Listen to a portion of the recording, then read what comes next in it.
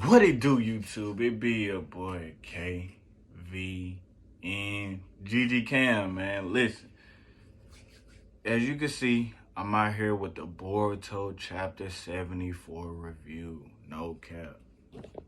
Now, if you seen this right now, you probably already know the answer, but like, I don't know if I'm gonna put my face cam in it, but I am recording with my face.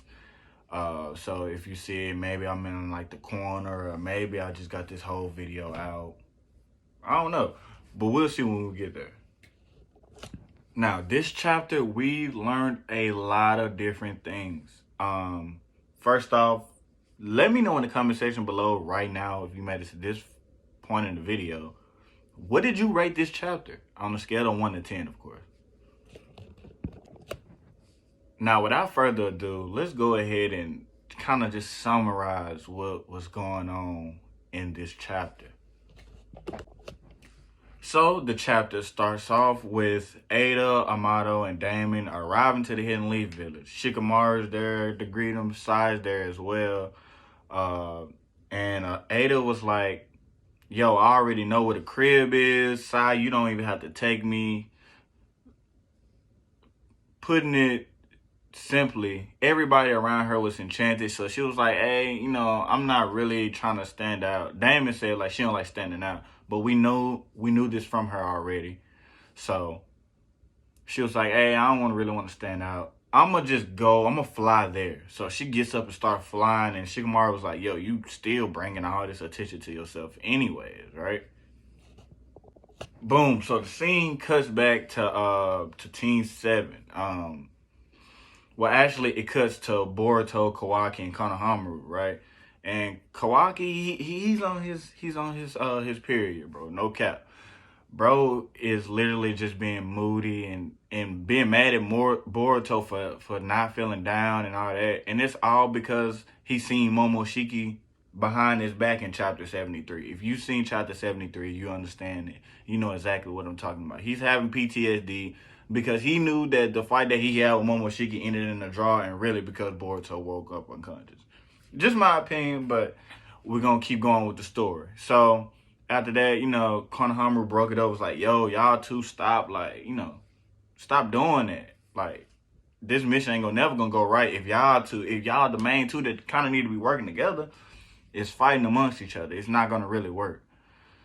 So boom, after that, scene switches to Sarda and Mitsuki, right? And somehow, when they drew in the background, does not look like this is in the city. This is kind of away from the city, right? Like, I would just assume, but maybe I'm wrong, right?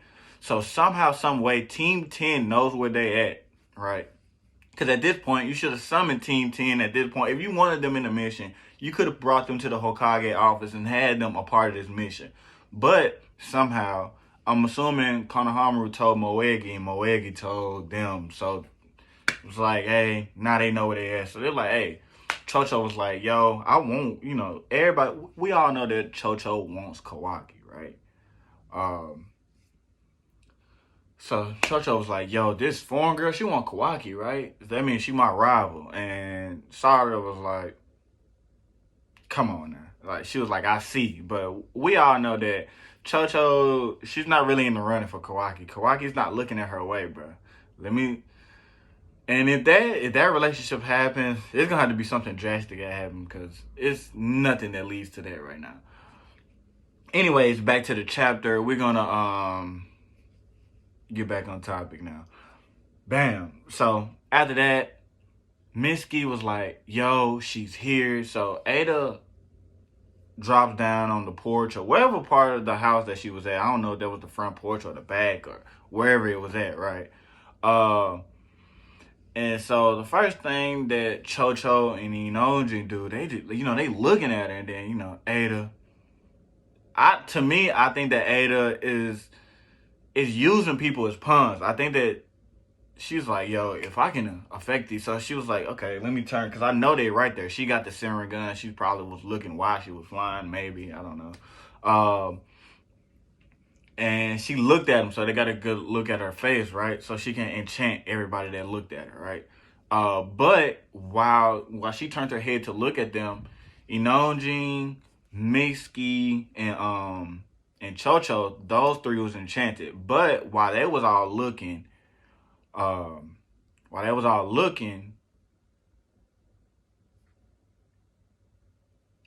Sarda and Shikadai was already they was looking at their reaction more than her face, right? So then when they turned, like after the fact, after looking at their reaction, they kind of like turned to look. It was like she was already turning Gurren to go in, right? So Shikadai and Sarda was not affected at all, right? So then Moegi shows up. She shows up. She was like, woo, I told y'all not to pull up. We know you gave the Addy, bro. Like, stop the cap, bro. And then she made the comment like, I hope Lil Konohamaru, like this nigga, or like he a rap or something. Lil Konohamaru gonna be alright. Right? So bam. So right after that scene, it cuts. You see that EIDA has her simmering gun on. She's coming down the steps. Konohamaru like, the sensory team gonna be around. I'm finna dip out, y'all boys. Dap him up. So then he going up the steps. He turns, he looks up the steps. This man see EIDA, and this man like, and like this man is froze, completely froze. So, like I said, she got her simmering gun activated, right? So she listening to Sarda and them outside. The scene before this had just, I'm guessing this go like, same time.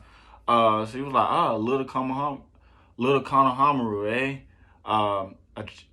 It's like a childhood friend, something like childhood friend, and this man Konohamaru just turns into like top 5 simple of all time, man. Hopefully nobody, nobody's on Twitch watching this.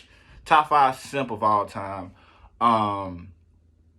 And it's bad. Like, it's to the point where you can see like the veins in his eyes, and like bro literally falls down the steps. And I think that dude, I don't know if he passed out unconscious or not, or bro was just froze, man. Maybe that had something to do with EIDA, but I'm not, I might want to make a video on what happened in that situation. It was a comedic scene. It was supposed to be just kind of trash and Konohamaru, like they always do for some odd reason. He's always like the comedic punching bag, really. So Boruto was like, yo, sensei, Viz translated it to master, but they never called this man master. They called this man sensei. Anyways, Boruto goes to check on Konohamaru, and he was like, yo, EIDA, like, yo, come down, bro. You know what I'm saying? Because, of course, Kawaki's not phased. Kawaki, he's on his emo shit. I'm not really, you know what I'm saying? He's going back to, they say he's going back to his old self, but I just think that this dude is just, I don't know, whatever, right? Enough about Kawaki. So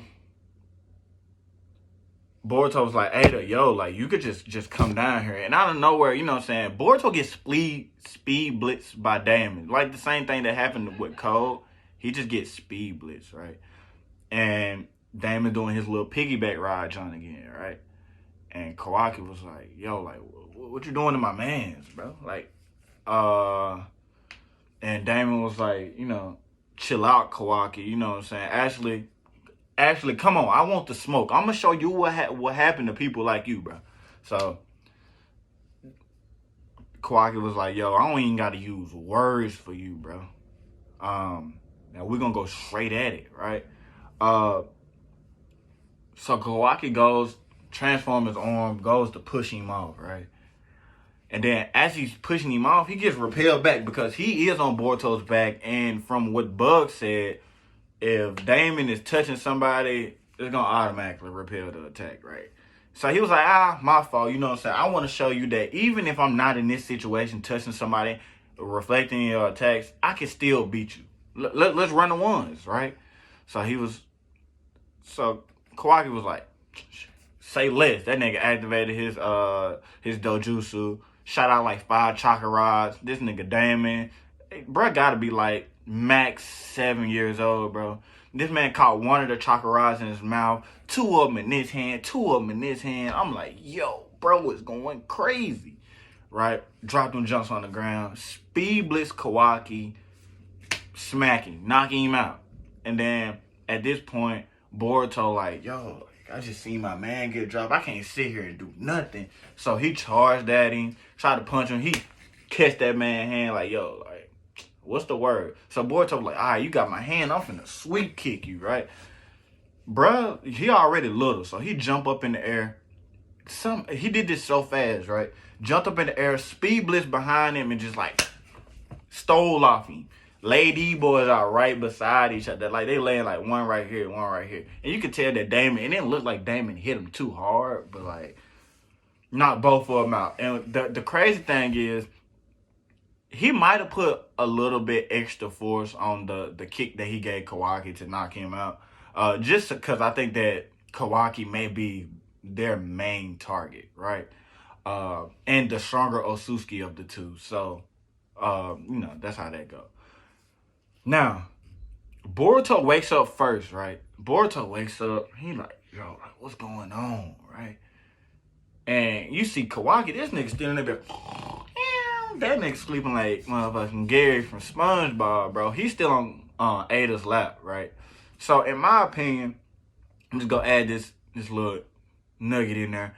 I think that Ada did this on purpose. I think that she had Damon fight both of them, mostly Kawaki, intentionally. I think that was the reason why she flew, and that was the reason why she didn't have people escort her. In my opinion, that's my opinion. Because even above, if people look at her face while they standing out on the ground, they still gonna be enchanted. So it's the same thing. I don't think that really changes much in her scenario. Maybe it's a lot less people that see her because maybe she's flying so fast.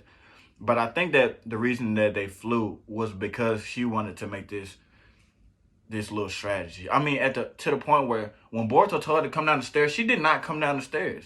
She was actually like hiding behind the wall or something like that. She did not come down the stairs until after both of them was knocked out. So, anyways, so after that, Kawaki wakes up. He's very moody, right? He's finna get ready to go off, and then out of nowhere, you hear like this intercom or something like that. It was like, yo.